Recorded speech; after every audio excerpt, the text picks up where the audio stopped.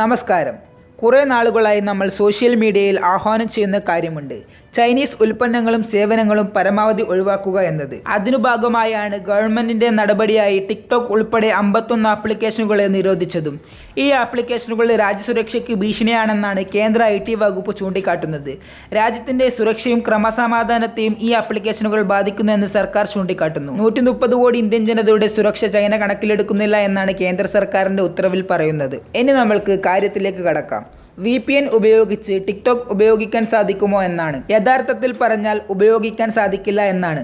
അപ്പോൾ നിങ്ങൾ കരുതുന്നുണ്ടാകും, ടിക്ടോക്ക് ഇന്ത്യയിലല്ലേ നിരോധിച്ചത്, അതുകൊണ്ട് VPN ഉപയോഗിച്ച് രാജ്യമോ IP അഡ്രസ്സോ മാറ്റിയാൽ പോരെ എന്ന്. പക്ഷേ അങ്ങനെ മാറ്റിയാലും ടിക്ടോക്ക് ഉൾപ്പെടെയുള്ള 51 ആപ്ലിക്കേഷനുകളും ഉപയോഗിക്കാൻ സാധിക്കില്ല.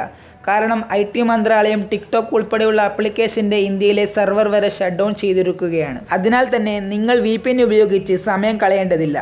ഇന്ത്യ ചൈന പ്രശ്നങ്ങൾക്ക് പിന്നാലെ തന്നെ പലരും ചൈനീസ് ആപ്ലിക്കേഷനുകൾ ഉപേക്ഷിച്ചിരുന്നു. എന്നാൽ രാജ്യത്തിന് എന്ത് സംഭവിച്ചാലും ഇതൊന്നും ഞങ്ങളെ ബാധിക്കില്ല എന്ന് കരുതിയവർ യഥേഷ്ടം ഇത്തരം ആപ്ലിക്കേഷനുകൾ ഉപയോഗിക്കുന്നുണ്ടായിരുന്നു. ഏതായാലും അത്തരക്കാർക്കുള്ള തിരിച്ചടിയാണ് ഗവൺമെന്റിന്റെ ഈ നീക്കമെന്ന് മനസ്സിലാക്കാം. ഒപ്പം തന്നെ പറയേണ്ട മറ്റൊരു കാര്യം, ചൈനയിൽ മറ്റു രാജ്യങ്ങളുടെ ആപ്ലിക്കേഷനുകൾക്ക് വലിയ നിയന്ത്രണങ്ങളാണ് അവർ ഏർപ്പെടുത്തിയിരിക്കുന്നത്.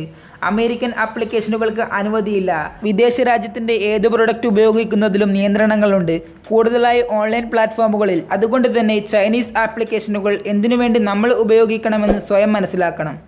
ടെക്നിക്കൽ ഫിനാൻഷ്യൽ വീഡിയോകൾക്കായി FBI ജേണി ഫോളോ ചെയ്യുക.